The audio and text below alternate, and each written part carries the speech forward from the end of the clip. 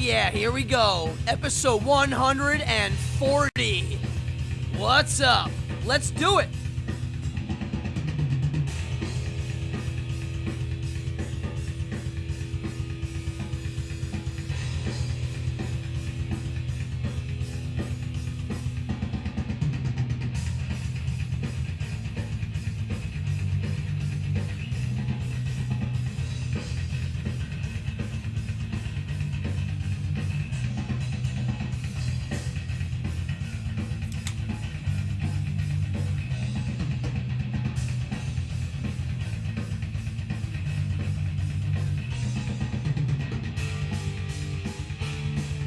Come on in, folks. Happy Monday. Woo. Nice.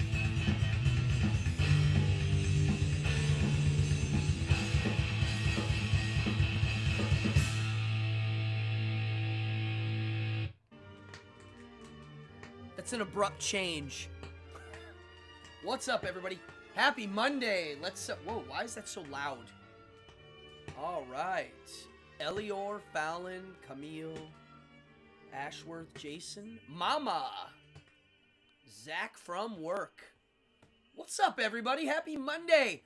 Wow, I'm so glad I'm here. I almost didn't do today because I had such a crazy day. Hola, Senor Rick. Come on in, grab a seat, grab a drink. My name is Cardone. This is Evening Hour, episode 140. Make sure I'm looking good and sounding good. Last week I had some sound issues. We've sorted them out. What else? Cool, we got a good group. Bam, like that. I get a good group in here. I love it. Thank you very much for showing up and saying hi. If you're new, what's up, Ruby? If you're new, this is a chatty show. I'm not a tip hustler.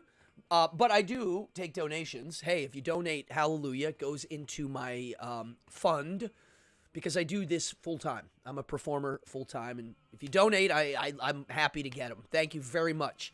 But if you're the non-donating type, which most people are these days, just spread the word for me.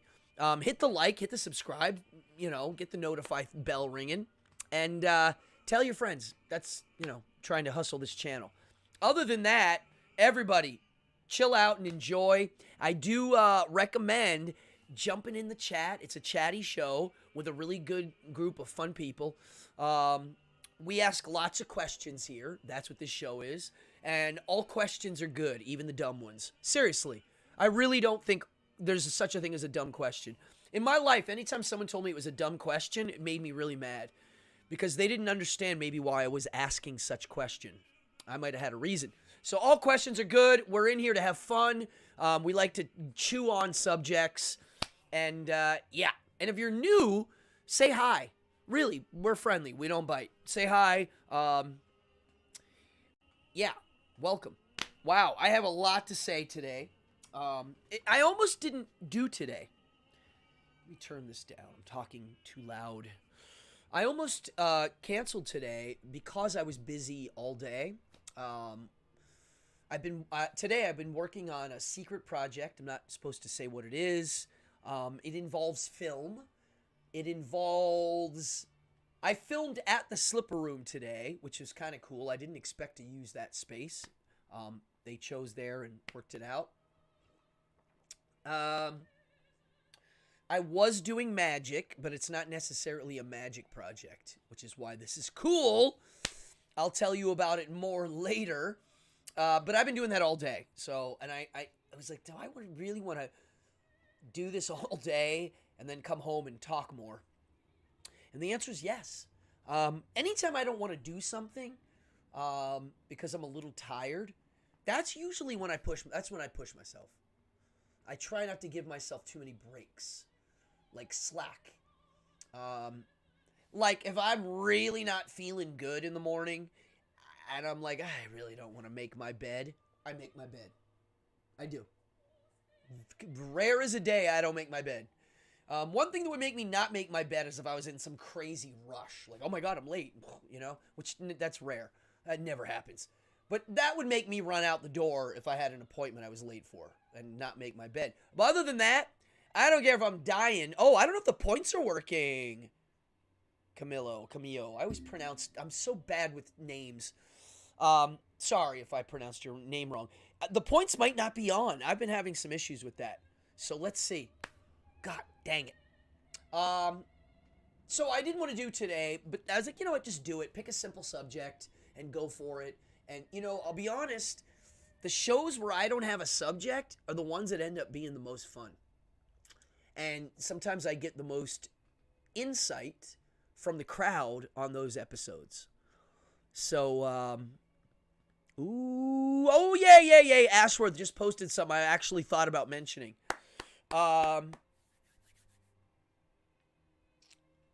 Okay, here we go. Yep, read up on the recent Bannon Might is right. Color me surprised. Ashworth, anyone else see the original 1954 novelization Godzilla, written by Shigeru Kayama, is getting an English translation coming out this fall? Yes, and I will read that. And it's great that you mentioned that, because I don't really read fiction, but I'm going to read that. Yeah, when I saw that, the novel of Godzilla that came out in Japan in the 50s is getting an English translation. Very cool. I know many people that are going to be... oh, look, it is working, the points. Okay, cool. I know a lot of people that are happy with that one. Very cool. So, yeah, I was like, let's pick some subjects, have some fun. Oh, so I don't know if you've seen Ed Wood or read the book Nightmare of Ecstasy, but Ed Wood was the kind of guy that would create the poster first and then make a movie. And I get that. People judge books by their covers, so if you can come up with a cool poster and then use that as the steam engine for the writing, I get it. It's a weird concept. But for me, once you have a poster for something, it's real.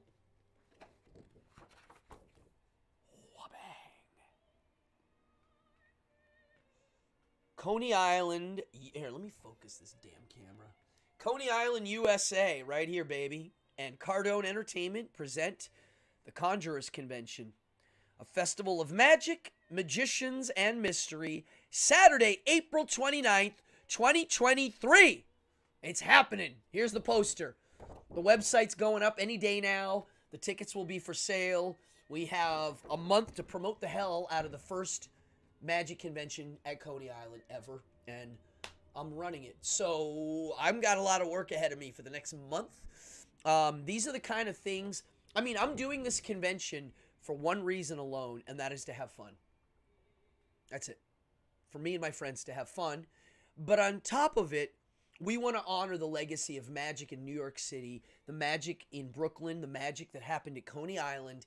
And you know what? If we do a good job with this, my version of immortality might befall upon this event, which is when we're all dead, maybe they'll keep doing this convention. You know, I think Coney Island is a good spot for it. And hey, my sis is in the house. What's up, sister? My sister's coming to party in New York in a month, right? In about a month, you're gonna be here and partying. Yeah. I'm gonna talk about my non-obsession with fiction today, actually. I'm not really obsessed with fiction. Thank you, Camille.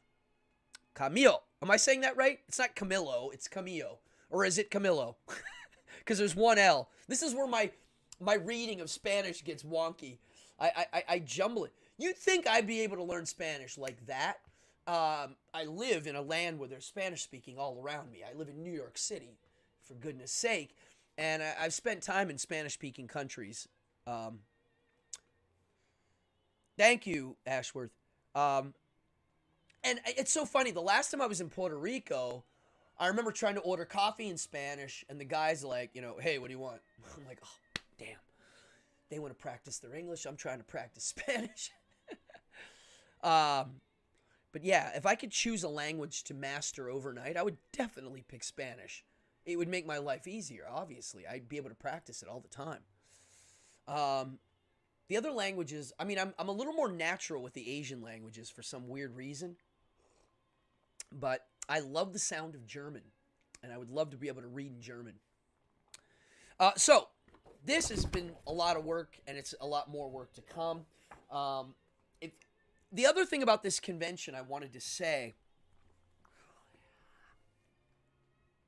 Every magic trick that's in my show that I created a routine for, whether it be a classic magic trick or something new, was something I knew about that I hated. Like, like rope tricks. I never liked rope tricks, and the new rope act I'm working on was spawned from my dislike of rope tricks. I thought, well, if I hate rope tricks, if I did it, what would make me not hate it? And then that becomes what I'm working on. So I did that with the magic convention. I was like, well, do you like magic conventions? My answer is no. Not at all. Never liked them. I've only actually been to one, and I've never had a desire to go to any other ones. They're like a shopping mall of tricks, lots of amateur guys. They all know what they're doing, quote. And the performances and the contests are magic for magicians. So, ooh, here's somebody not a fiction, but Anne Rice's vampire. Okay. Oh, wow. All right. Ooh, I like it. Memnoch, the devil. So, I don't like magic conventions. I don't. I think most magicians have really bad habits because they hang out with too many magicians. I'm being honest. I have met magician friends. Of course I do. But I'm not a scenester on that one. I try to stay out of the scene, right? So I was like, what do I do for magic convention? Well, first of all, I wanted a convention that magicians really did show up to party with each other and to swap some ideas and to trade books and to lecture and learn off of each other. But I want people who are curious about magic or are just a fan of magicians and magic to also show up. I really do. I want it to be a festival of magic. It's like, if you're a fan of magicians, come party with us. You'll see how we party off stage. And yes, posters will be for sale. Yes, John. Yes. And there's two types. I don't know if we're going to have both types. I have some that have a white space in the bottom for writing info. So I'll talk about that. There's no way to buy it yet, but there will be for sure. So I wanted it to be a festival. I wanted it to be not so exclusive on it's just us. It's like, no, we're a bunch of weirdos. We're introverts and extroverts with some weird hobbies. And so I wanted it to be for the curious people to know what we're like. Come see. Come party with us. And then watch our show. We're going to do shows. There's going to be 3 shows at this convention in one day and 4 lectures. And if you buy the day ticket, can you send Jim your sign-in? What does that even mean? I'm not sure what that is. I can't send anything right now. I'm on live. The one is the Italian prince. Oh, I love it. That's cool. Ah, I see. Cool. I wish I knew how your last name's cool too. Love it. Telez. Is that right? Telez? Cool. Made it. Oh yeah. Basement. Basement Axis Mundi. Boosh. I ring a gong for spring. It is spring. I was gonna bring that up. I didn't realize it right away. I've been so busy that I was like, oh my god, it's spring. I'm probably going to go up to the beach and sit and think about spring and what I'm going to do this spring. I like equinoxes. They're cool dates to celebrate. Oh, yeah. Let me get out my notes. I had a couple things I didn't want to... Oh, yeah. I recently just watched Full Metal Jacket with my daughter. She had never seen it. And I remember... Because I haven't seen it in a little while, but I've seen it a handful of times. I remember within minutes, the movie grabs you. Within minutes. It's boop, right away. You see Arlie Ermy doing his drill sergeant bit immediately. Wow, what a movie. And my gods, the drill sergeant stuff is off the charts entertaining. There's still an artfulness to the way it's directed, even though it looks real. I'd forgotten about it. If you haven't seen it for a while, it's a must-see. Arlie Ermy was hired as a consultant for the casting of the drill sergeant. And everybody sucked. Why? Because actors suck. I have disdain for most actors. I really do. So he was sitting there as a real drill sergeant going like, these guys suck. And they were finally like, well, why don't you read the part? And he's like, duh. And he got up and killed it.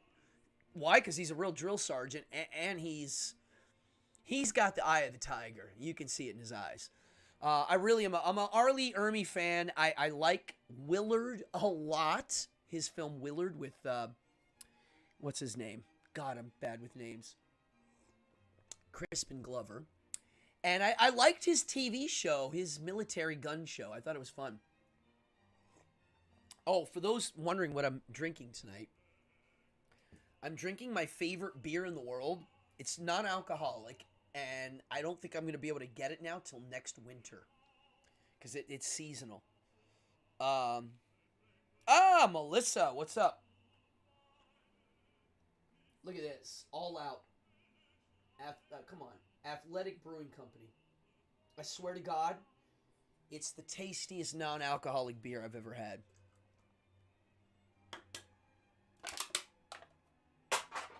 So, no, it's a great name. It's got flow. I mean, Spanish and Italian, the Romance languages, have a vibe. I mean, obviously. I like Italian opera. I like the sound of Spanish being sung. It's got such a nice roll. Gets close, yes. Oh, what's going on here? I'm trying to keep up here. Oh, I didn't see Saving Silverman. I didn't see that. I didn't see it. I gotta see. Yeah, Mail Call. That's it. I was a big fan of him. I like him. He just, here's a little anecdote about him. So, I never met him. I never got to see him at a convention or anything. I'm a very big fan. He passed away a few years ago. And they were sharing stories about him. And they said at the convention scene, he always caused a stir because he always had a really long line waiting to get to him because he refused to sign autographs and be like, thank you, and then that was it. They said he would sit there and BS with every single person. He would sit there and talk to them and get to know them. And it's weird because that reminds me, when I heard that, about, it reminded me of how Mr. Rogers was. Now, I got to hang out with him a few times, Mr. Rogers, and I did a show on it once. I think I told the whole story, how I went in the elevator, I met him on the street, and blah, blah, blah, blah. And so, and if you watch the Mr. Rogers movie with Tom Hanks, you'll see the movie ain't about Fred Rogers. It's about what he did to people. And that is his influence of just meeting him was outstanding. But more than that, it was when Mr. Rogers met you,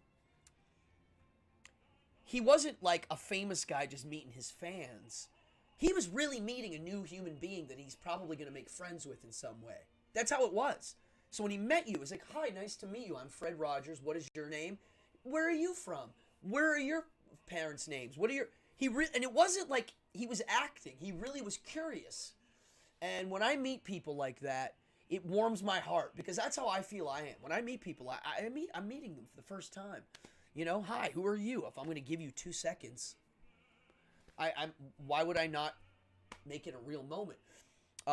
It's to me one of the things I always thought of. Yeah, Fallon, really. He's a wizard, Mr. Rogers. He changed reality.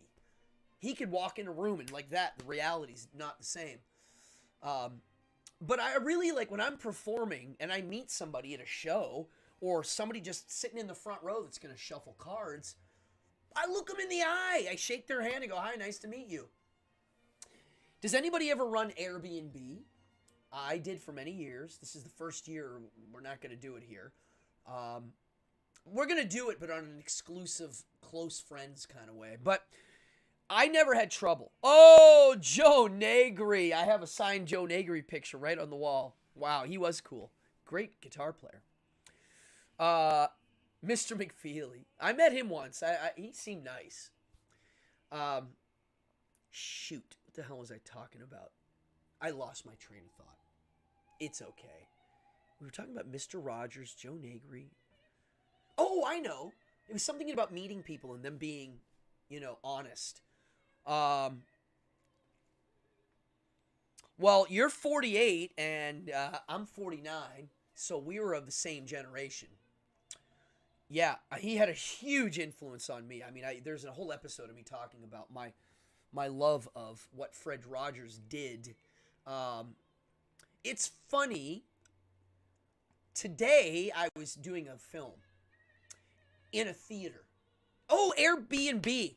That's it. Thank you, Basement. Ooh.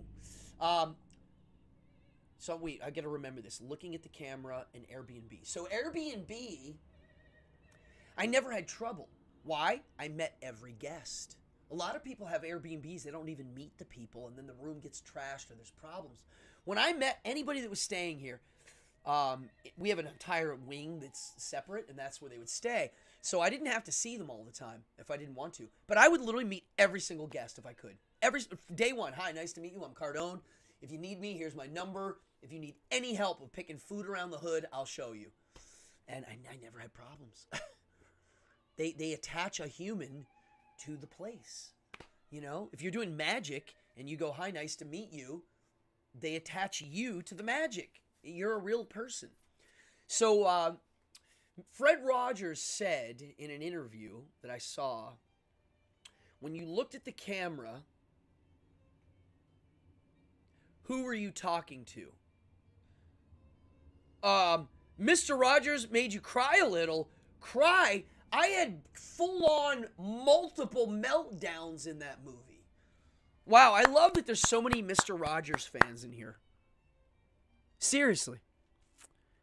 It warms my heart that he is the guy that influenced this group.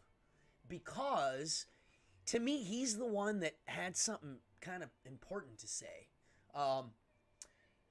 Yeah, he brought it to a human level. So Mr. Rogers said, when he looked at the camera, they was like, who do you talk to?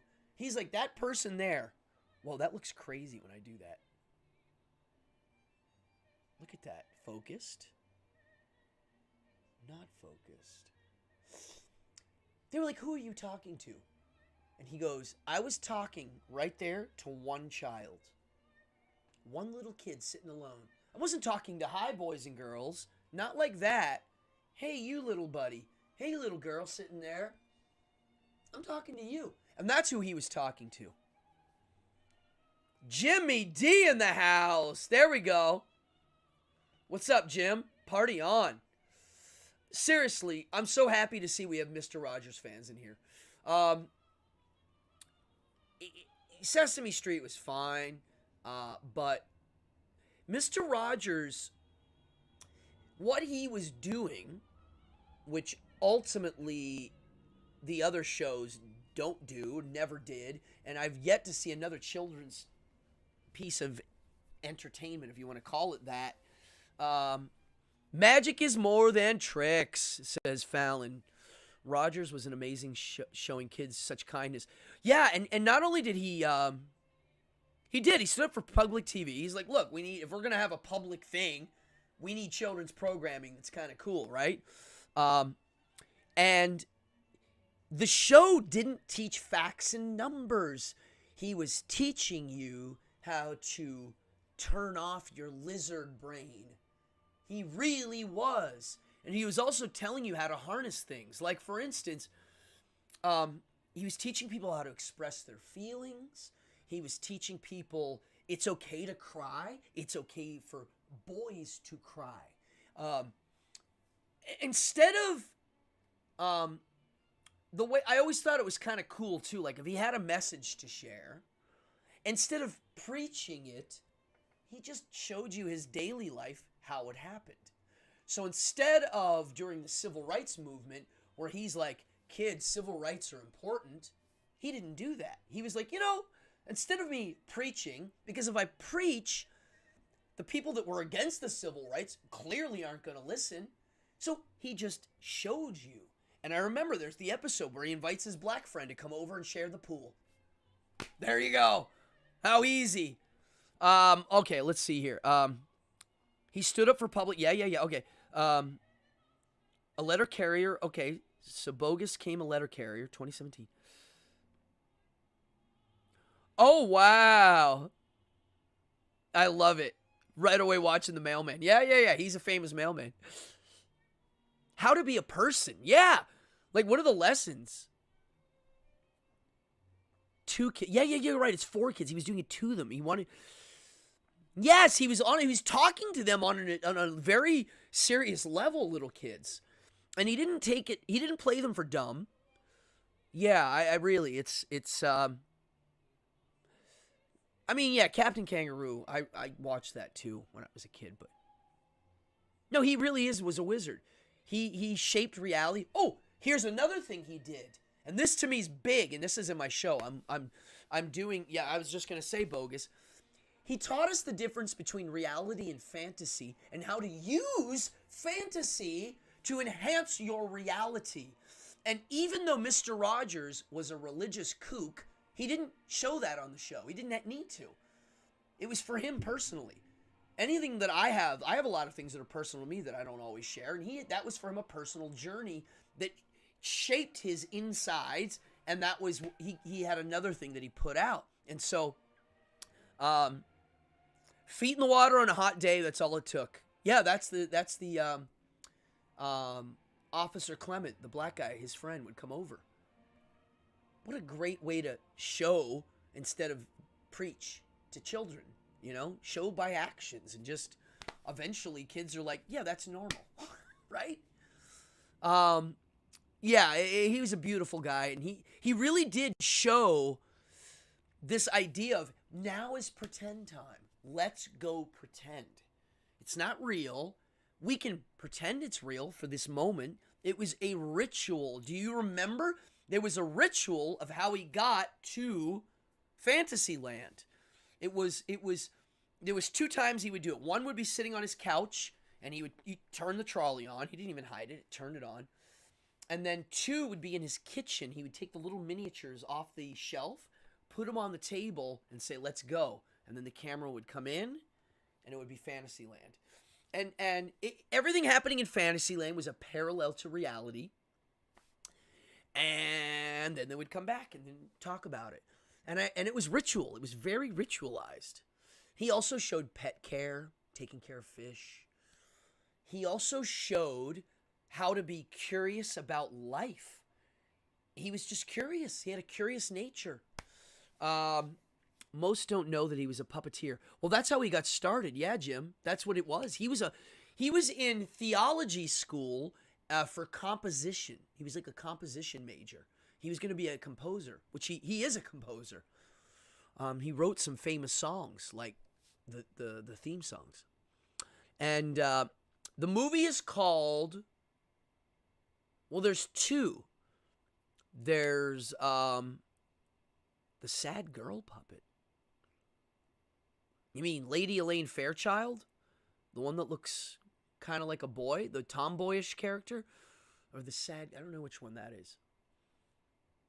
Well, that's it. Yeah, he would show up... He was curious about the world. And they would go to factories and visit people. And he always was learning something new and hygiene. Yeah, he taught little kids how to, like, brush your teeth and how to wash your hands. And he made it fun, too.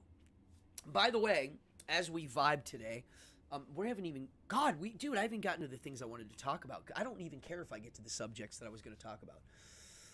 But let's talk about them, because I could literally talk about Mr. Rogers this whole episode. I wanted to mention that I have had a dartboard on my wall pretty much my whole life. And for the last 5 years, I haven't had one.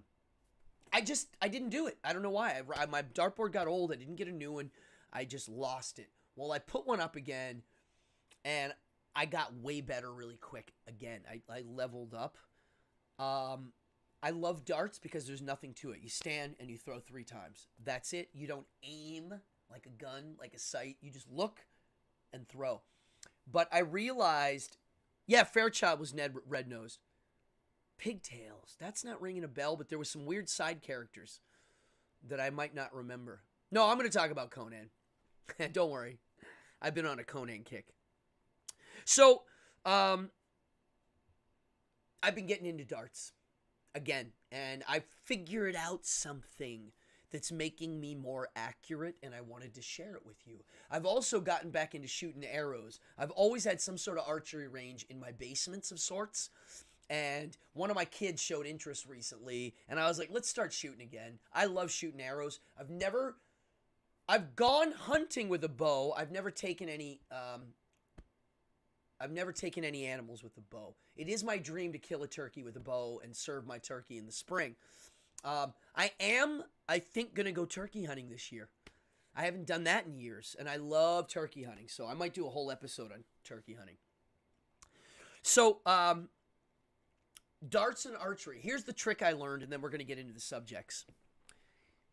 So they always say to think what you're going to do right before you're going to do it. If you're shooting a basketball, make the perfect shot.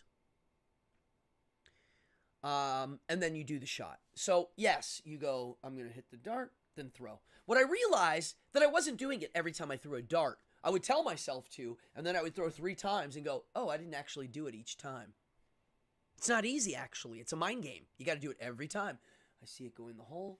I look, I throw. I see it go in the hole. I look, I throw. The second thing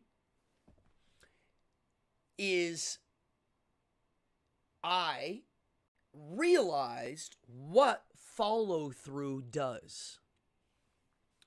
So, for instance, when I'm throwing the dart, to follow through my hand, oh, wow, you learned from that show how to tie your shoes. Bravo. I remember him doing it on the show. Yeah, making the tree and going around. I realized that when I go mentally, throw the dart, look, and now put it in where you want it. In my brain, I'm telling myself to put it where I want it to go. So I don't know, whatever I'm trying to hit, like a double 18 or whatever. Let's say a double 18, which is a little bit top right. I look, I imagine hitting the double 18, and then I put it in. And by putting it in, the follow through actually at the last minute second is helping keeping it on that straight course towards this freaking thing on the dartboard that's micro. And man, you can't believe the different results you get like that. Now, I've been able, the most bullseyes I've ever hit in a row, I've hit like, in the old days, I remember hitting 7 bullseyes in a row. Not the red, but the green and the red together. 7 in a row. 1, 2, 3. 1, 2, 3. And then one more. It's like muscle. Like once you get it, you can just kind of keep hitting the same spot. The other day I did it 6 times. I did 6. So I'm getting way more consistent. Like, holy crap. Like, if I'm on target, I'm on target, right? So anybody that does target sports, that's a tip. Another one, whenever you're doing a target sport that has a sight, that you're aiming with a sight, I learned a trick. If this is the thing and it's moving like this, everybody pulls the trigger of whatever they're shooting when it's in the middle of the sight, right? Well, a guy pulled the trigger when it's off the middle. The reason is because, and Jim, you shoot guns, if you shoot when you're not over the middle, your brain is telling you to keep going back to the middle. So when you're moving around just from your natural body movement, you're constantly going to the middle, because that's what you're trying to hit. So if you shoot when it's off the middle, it means that minute move back, it's going to be going back in the middle. It's a little brain trick. It's a similar thing with billiards. I'm not a billiards guy, so this is fascinating. Don't move from the table or move the cue stick until the cue ball contacts the object ball. Oh, so kick, and then click, click, and then you can move. So that's that would be the follow through. See, I didn't know that. Next time I shoot pool, I'll try it. I'm not good at pool. No, I'm terrible. I'm good at targets, but not pool.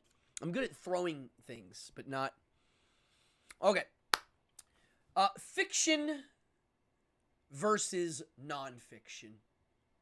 Well, yes, a peep site, correct. Yeah. So, it's funny. I mean, it seems to me, am I not wrong in this, that fiction's more popular than nonfiction, right?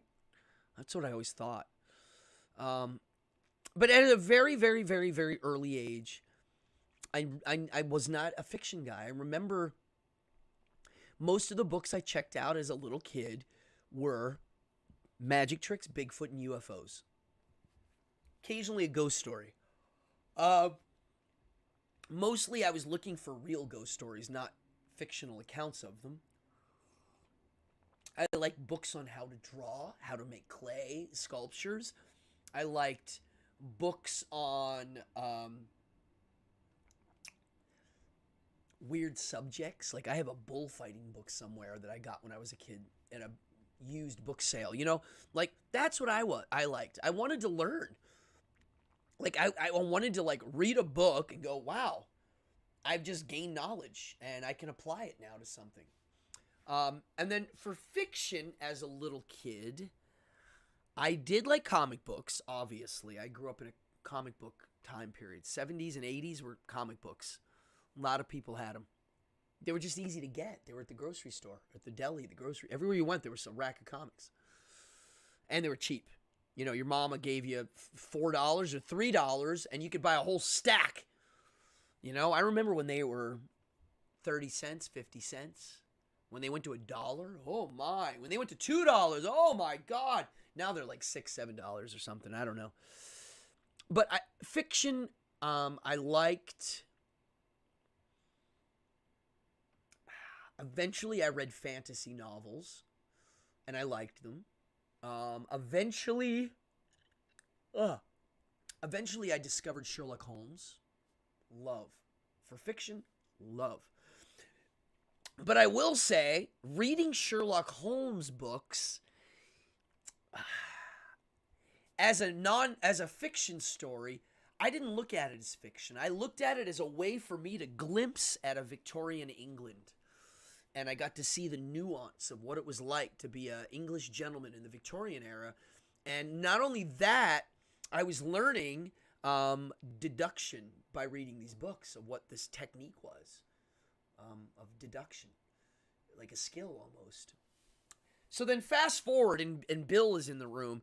I would say my love of fiction that I really got into was when I started reading role-playing game novels and supplements, the backstories. Oh my God, I have Alaguz. I have a Vincent Price Apple Shrunking Head Machine right on the other side of that wall. I do. I got one. It was a gift. Somebody gave me one. Covered. It's one of my favorite things. Yeah, comic book ads changed my life. But why don't I like fiction? Why? Well, I really like sat down and I was thinking about it. And my thought. Ooh. I'm doing a beer yawn, I call it, when I drink fake beer. I realize the reason why I don't like fiction is I don't know where to put it. I don't know where to put it. What do I do with it? When I'm sharing fiction, hey, I just read a book about this. Why? Why bother? It's a story that's fun. Hey, I read a story that's fun. Wow, you read a story that's fun? I don't know. I don't know what to do with it. It doesn't make sense to me. I like things that, like, I read it or watch it, and it gives me new insight on something. So, of course, fiction can do that. Good fiction can do that, right? You know, obviously. Appendix N. Here we go. For those of you that don't know what Appendix N is, it's a little tiny section in the Dungeon Master's Guide from Advanced Dungeons and Dragons from the old days that basically is Gary Gygax saying, oh, by the way, here are the books that influenced me. And it's amazing. Yeah. Fritz Lieber and all the good fantasy writers are in there. Speaking of that, this guy, Robert E. Howard. I would say this is more of an influence to Dungeons and Dragons than Tolkien. True crime. Oh, well, there you go. True crime is not fiction. Interesting. Yeah, I never really read true crime. Um, the Beats. Yeah, that too. I don't know, but I've heard, the Beatnik guys blow people's minds. Um, might not be, might be with not getting what's going on at first. Yeah, I mean, okay, so for me, when I'm reading something, I like to be able to put it in a box in my head, and then that box is a crate that I can look through and share it with somebody. And as soon as I share it with somebody, it's going to get locked in a real memory place that's important.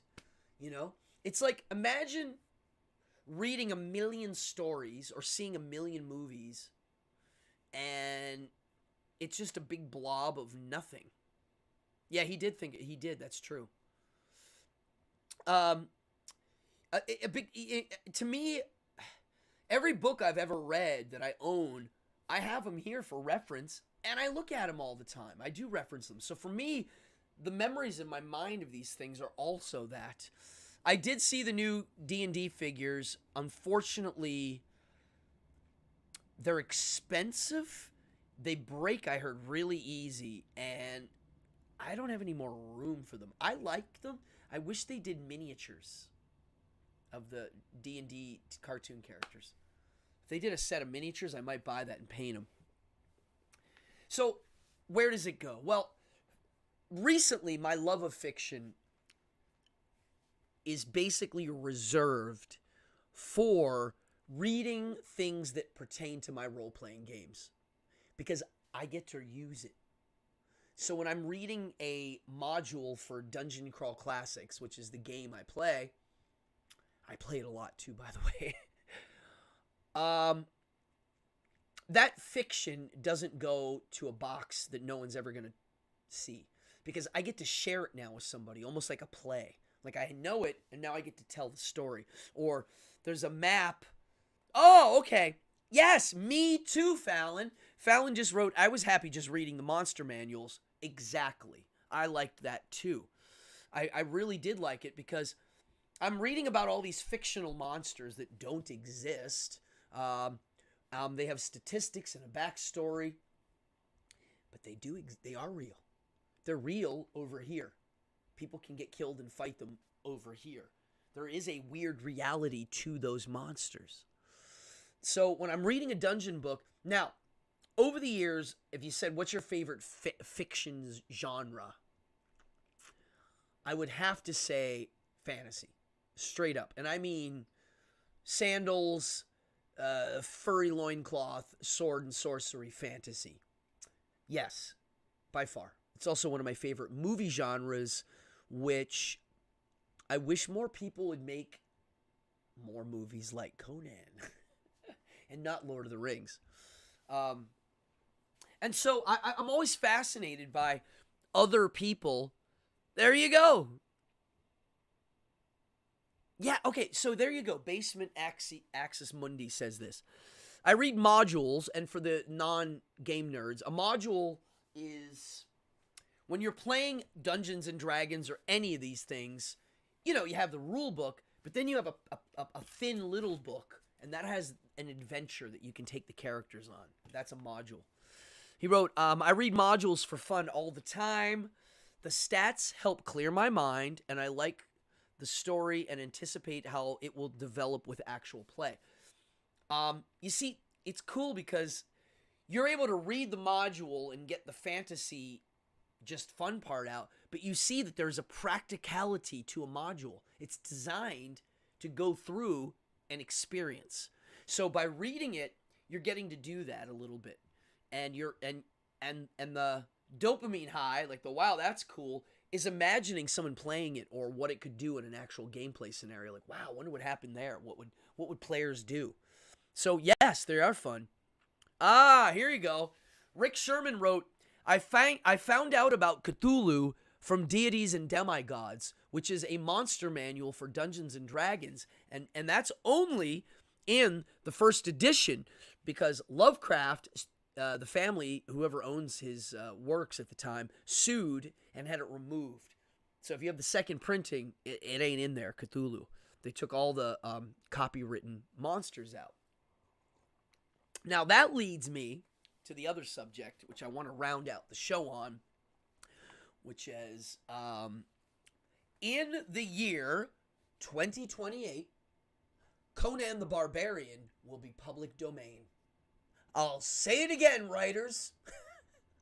In 2028, Conan the Cimmerian and the Barbarian and the Warlord and the King, Conan, will be public domain.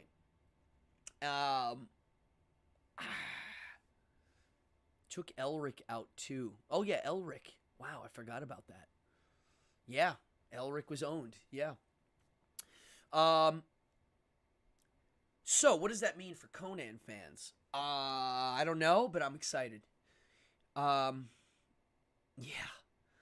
Now, my introduction to Conan the Barbarian was not Robert E. Howard's novels. It was clearly Arnold. And I saw Conan the Barbarian, the original movie, when I was little, and I liked it. But I didn't love it. I'll be honest. I liked it. I didn't hate it at all. I was like, oh, that was cool. Now I love it. It's one of my favorite movies. But then, whatever. I actually liked the second one the most. It's the one I saw at the movie theaters that I remember seeing, and I remember it being on maybe HBO, and then I just remember seeing it a lot. It's the Conan movie that has Grace Jones, and I am a fan of her. And she's in it, and Wilt Chamberlain's in it. And the lady that plays one of the three bad guys in Superman 2, Ursula, she's in it. I forget her real name. I liked the second one. It has one of the coolest wizard battles ever. I mean, really, that was my first experience. Oh, wow, a Conan Choose Your Own Adventure. I love that you did a book report on it with a Choose Your Own Adventure. I never got to do that. I wish I would have thought of that. Bravo. You're like, I'm doing mine on a Choose Your Own Adventure, and here's what happened. Oh, I love it. That's wonderful. So, that's my Conan intro. Now, as reading Conan goes, in the 80s, you had these damn things floating all over the place. These kind of novels. And these were written by this guy, Leonard Carpenter. Oh, God, that looks terrible. You can get these online for like 50 cents in the used bookstore places. Literally 50 cents. This is great, this one here. This is him fighting undead in tombs. Wonderful. But it's very different than the Robert E. Howard. Now, before I talk about the first Conan movie for a second and why I love it so much, I started reading the Robert E. Howard Conans at the beginning of the pandemic. Right when that shit hit the fan, pardon my foul language, I ordered this damn giant book on Amazon. Is that a hair? What is that? Why is there hair? I can see it in the camera. And it's a crappy, bootleggy kind of press. I don't know. There's nothing in this book. There's no publishing, nothing. It just is like a page. There's nothing in here. It doesn't say who owns what. It's probably an illegal copy for all I know. I started reading them. I'm about halfway through this book. I love it. Now, I'm going to be honest. Reading his words, that's funny. You hated it until you became a father. That's funny. I've been reading really kind of hard books in the last, chunk of the 5 years. Books I never thought I'd even attempt to read. I've been reading large quantities of them and loving it. It's not easy. Like, you guys watch this show, you know. I've kind of made it a thing. Oh, yeah. The Dungeon Degenerate lore books, very different and refreshing. Love it. And so, reading Robert E. Howard, after reading really hard to read stuff, I'm not kidding you. He's a terrible writer that told really good stories. I'm not kidding you. He has some wording that I'm like, what the heck kind of crude wording is that? Now, He was writing for pulp magazines, so they had to be kind of short and sweet and fast paced. They weren't novels; they're short stories with a couple chapters. And I get it; it's supposed to be crude. It's a barbarian story, but the thing that is just like wow, like the last story I read was called. I'll tell you. Where are my glasses? It was called Shadows in the Moonlight. And Conan's running away from a war, like a war that happened, and there's like a slave girl that escapes too. So it's like Conan and this slave girl just literally like ran away and they're lost in the desert. Like, oh my God, we're alive from this war, but we're literally lost in the desert. They walk up, they see this weird kind of town in the distance, and they get there and it's like deserted. But then they realize it's an entire town of people that are asleep. And they like to sleep because of this dreamlike state they're in, because of this, like, I think it's like a flower. And they prefer the dreamlike state more than real life. And it's this entire kingdom that's like, kind of like sleeping all the time. And while they're doing that, there's a demon stalking them one by one. And they're okay with it. They don't mind it. It's a really neat concept. So the story takes place in that scenario. And he is a really great storyteller. They're adventure stories. Conan's not a good guy. He is a little immoral. He's not perfect. He's a little rough around the edges.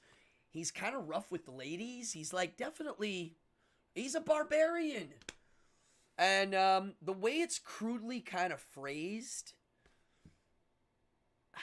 I wish I had an example. It's just like these really straight up phrasings that are like, they sound like a caveman sometimes. But I'm a fan. So now, let's jump to the movie. Because quite frankly, Conan the Barbarian, the first movie, produced by Dino De Laurentiis, I believe. I don't know the math on how much money it made. It did well. It's also what put Arnold seriously on the map. I mean, he made a name for himself, but that really, I mean, he's doing fantasy now, like, you can't believe. It's literally the movie opens up with the Friedrich Nietzsche quote, that which doesn't kill you makes you stronger. I mean, it's like the opening of the movie. And then, like that, you see little Conan and his dad teaching him the secret of steel. You can't trust anybody. Nobody. But you can trust your steel. Don't trust anything. You can trust your sword. Well, the secret of steel is presented in the movie. And, oh, God. Oh, the riddle of steel. Yeah, the riddle. It's a riddle. Yeah, it's the riddle. I call it the secret of steel. The riddle of steel, Fallon, yes. They open with a Nietzsche quote. The dad gives this riddle of steel, and the movie starts. And eventually, Conan's sword breaks. You know, he realizes the steel isn't it. And the bad guy, who's James Earl Jones, and Rick Sherman was saying he couldn't take it because James Earl Jones has this creepy mullet bangs with a mullet and blue eyes, right? Really alien looking villain. And I like it. He's creepy. He's kind of pretty. And then he's, the bad guy. I love this bad guy. So he says to Conan, this isn't it. It's flesh. This is what operates the steel, dummy. And then the movie moves on, and the movie moves on. And then at the end, oh yeah, he did. Sam says, James Earl Jones did fantastic. Seriously, it's true. And then at the end of the movie, James Earl Jones, I don't want to spoil it, but you can take a guess what Conan does to the guy with his sword. And there it is. There goes the flesh. So, what is the riddle of steel? When I realized where it was going, and I didn't realize this as a child, but after reading 5 Friedrich Nietzsche books, I was like, oh my. It's literally a Friedrich Nietzsche lesson, and it ends with an exclamation point. What's the riddle of steel? It's 3 words, folks. It's clearer than the day. Oh, the Tree of Woe. What a great name. Steel isn't strong, boy. Flesh is strong. Oh, I love it. What's the riddle of steel? It's a 3-word phrase. It goes, steel was thought of to be in charge and top dog. You can trust that. Then it's like, no. What's powering the steel? Right? So maybe let's break it to a gun debate. Guns are the problem. And then you have the people that'll say, no, it's the people pulling the trigger that's the problem. I mean, the gun's an inanimate object. So here it is. Tulsa Doom is saying, no, it's the flesh. And then at the end of the movie, so is it that the steel really is what is powerful and what means something? I don't think so. Steel doesn't mean anything. He could have used a spear made of stick. Made of a stick. He could have used a rock. He could have used his bare hands. He could have just choked him to death right there. He could have jumped on him and just broke his neck. Bam! Will to power. And not only is it will to power, it is will to. It is an example of it right there. Conan's will is what's powerful. That is the riddle. It's the will behind the flesh that counts. And somebody the other day asked me if I believed in any truths. And I said the closest thing I could say now, today, right here, is will to power. That it kind of does, it's a good way to look. It's a great explanation for reality. The second truth I would say is that entropy is real. Or at least, I'm sorry, I don't know if real is the right word. No, hold on. Entropy is moving in a certain direction. So, those two things, to me, are kind of like the only given. When I say it's moving in a certain direction, I mean the world, our universe, is moving away from a certain point in the universe. They measured that, right? I'm getting older, not younger. You know, my skin is dying, not growing like it used to. Yes, Sumerian. Sumerian was his tribe, yeah. And there were other little tribes in the story. When it gets public domain in 2028, you might not be able to call him Conan the Sumerian because that might have been a later book, and you got to wait for that to come out for the 95 years thing. Yes, here you go. Basement says Conan's only superpower in the comic is his will. No, it's really kind of a cool way. You know, he's like a comic book fictional character that's literally like a Friedrich Nietzsche incarnate kind of a story. Like, it's kind of cool. Of course, as a kid, I didn't realize it. Now, the movie, the fact that the movie literally opens up with a quote is just like, wow. The director is not even hiding this one. He's just like, here it is. Now, here's what I really like at the end of the movie. There's not some stupid moment where Conan does his thing at the end, holds his sword up, and does some speech about his will. That's not what happens. We see him through example. It's not preached at the end. It's just there it is. Here's what just happened. The guy that's running the show is out like that. Why? Because this guy here's got more testicular fortitude and intelligence. He had, I would say, Conan in the books, he is smart. He ain't a dummy. He's got really good instincts, and he's really smart, and he has a really strong will. He can take pain. He can take punishment. He's very stoic in the true sense, which is he realizes that when his body takes pain, it's just practice. You know, it's him practicing. And so Um, oh, Mako, the wizard. I mean, Subutai. Can you believe that in the first Conan movie, um, Mako is the narrator wizard, but the other thief is Jerry Lopez, the surfer. I mean, again, when I was a kid, I didn't realize that's who that was, and as I got older, I was like, oh my god.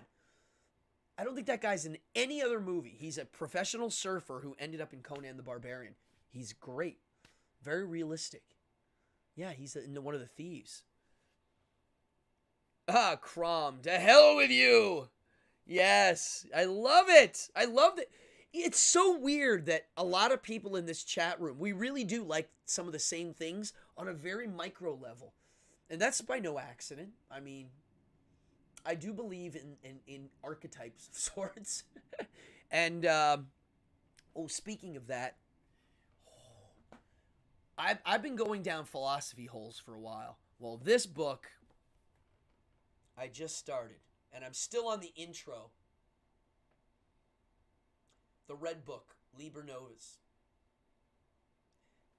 I don't know if you know what this is. I just heard about it recently. I can't believe I didn't know what this was. It just passed over me. And damn Jerry. Jerry Lopez, who would have known? This book, Jung didn't really think that people would like it. He thought that his colleagues that were scientists and psychologists would laugh at him for writing this. But in a nutshell, he wrote a book that's really big format, hand scripted, that looks kind of like that. I think that's a facsimile of his actual writing, with huge pictures he drew, paintings, hand done. Well, they finally released it for like $300, only, 20 years ago? It's like a new release. His family put it out. Now, Fallon, party on. Great. Another Bana show. Thank you. How Bana Tavada, you dully old eek. You do not pray to Crom. He gives you what you need when you are born. And if you ask him for favors, you will anger him. I love it. So this book, in a nutshell, and this is me explaining it without reading, I'm just reading the intro because the book is going to take me a while.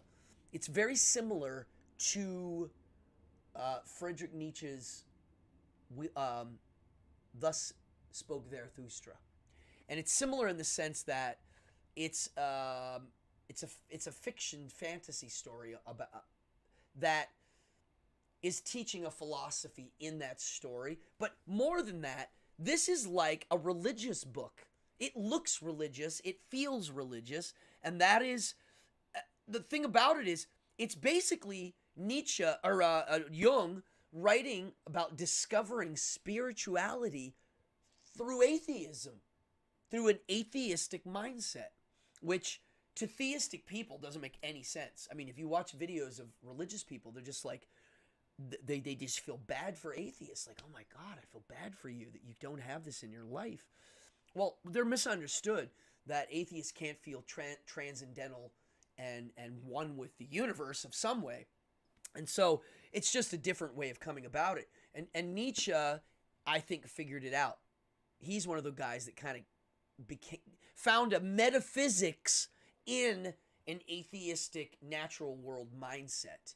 And if you know me and my tastes, that's what I've always liked. To me, that's my approach to the occult, to witchcraft, voodoo, all of that stuff. I'm coming from an atheist point of view, not a believing in the actual occult point of view. I'm coming from a fantasy point of view, but I still think it works.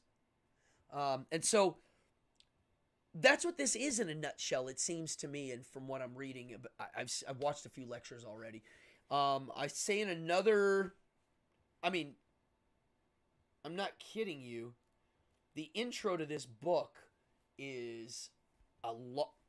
It's 110 pages, just the intro. And I'm reading that now, and I'm loving it. And I'm learning a lot about his life. And what I didn't realize about Jung is how much influence he had on popular culture. I mean, the word persona, You know, that guy's persona. We're getting this from Jung now. You know, like the way we talk about people's states of mind publicly today. If you went back in time, people didn't talk about those things. They didn't think about them. They didn't talk about them. They didn't have science guys experimenting with what it means to be you and how your identity works in your mind. And they didn't have anybody even looking at that stuff. This guy showed up and did some work on it that's pretty profound. And I'm just dipping into this. He doesn't count as a philosopher. He counts as a psychologist. But clearly the guy was a philosopher, just like Nietzsche was also a psychologist, not just a philosopher. So I have taken the Jungian archetype test, and I'm not kidding you. I took it with somebody else separately. They took one, I took one, and then we called each other on the phone, and I called them and I said, I've got goosebumps. Now, I've done astrology charts. I've had some friends that are diehard astrologers swear to God that my chart's going to be accurate. Well, it never is, never was, and it's usually very gray and meaningless. Well, the Jungian one, yeah, you're answering a bunch of questions, and then they kind of put it together, so it's a little different. But by golly, when it described me, it was a lot. The test doesn't, it takes a while.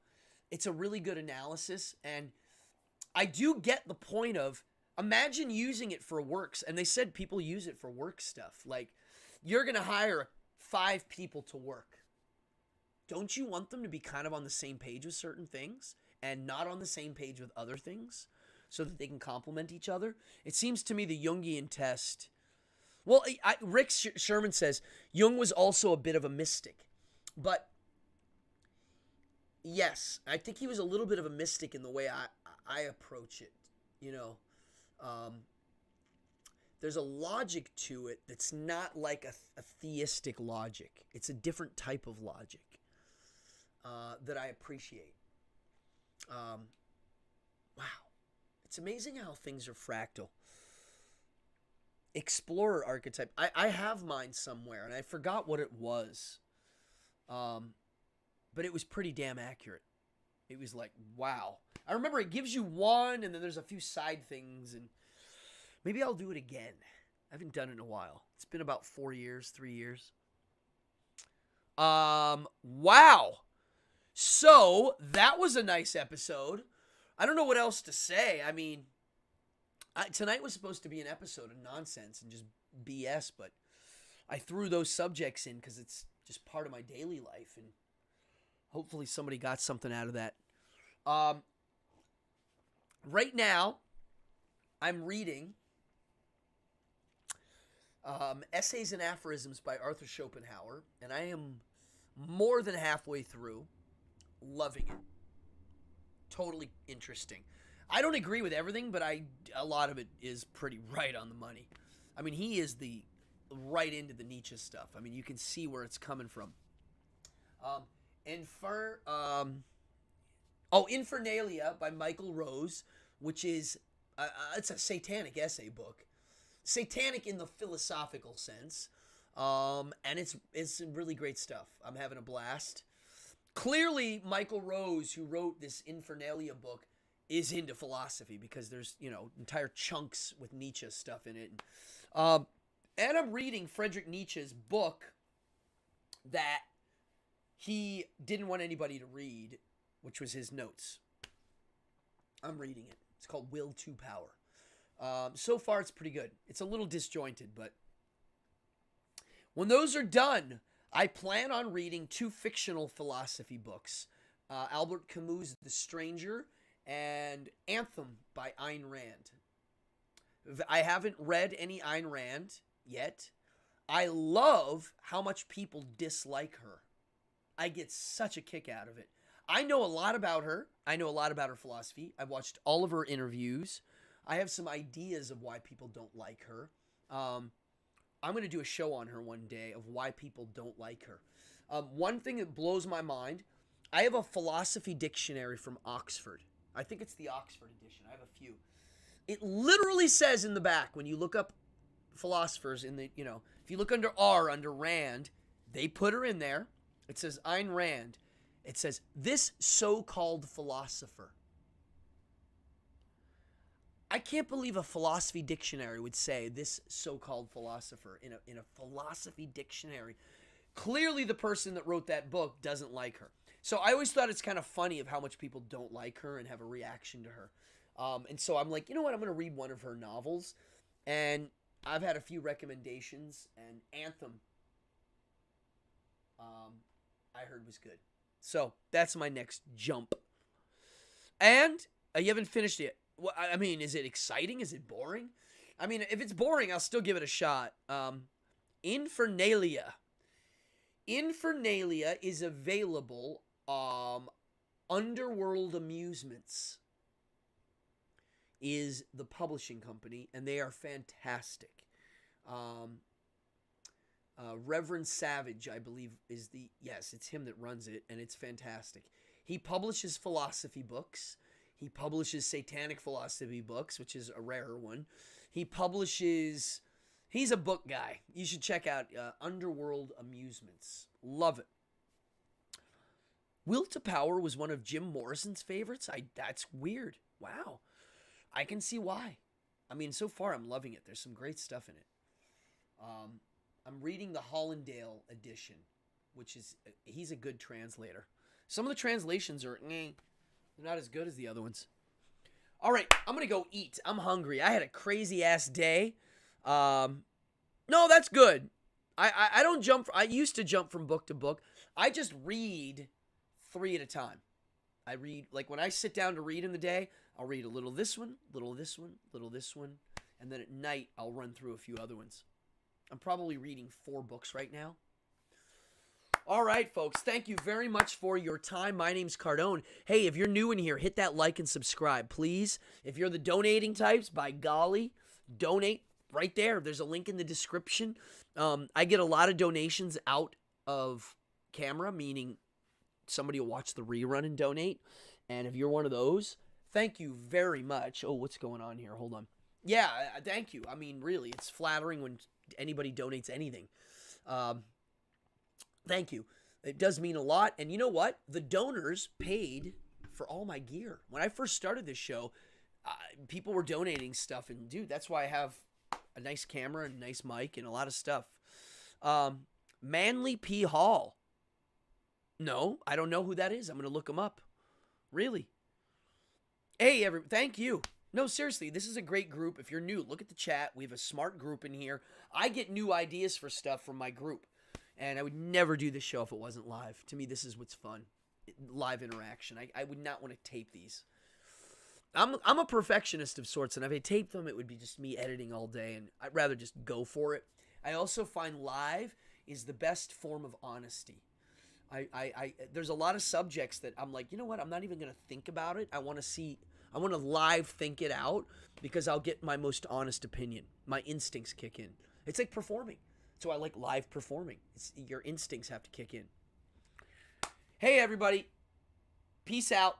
I will see you, I think, next Monday. I'm trying to keep these consistent. It's fun. Hey, thank you, Basement. I loved it, too. The ones that I don't plan so much are the fun ones. Bravo, everybody. Thank you so much for your time. I'm going to play the outro and get the heck out of here. It's a beautiful spring. Let's go party. Live long and prosper.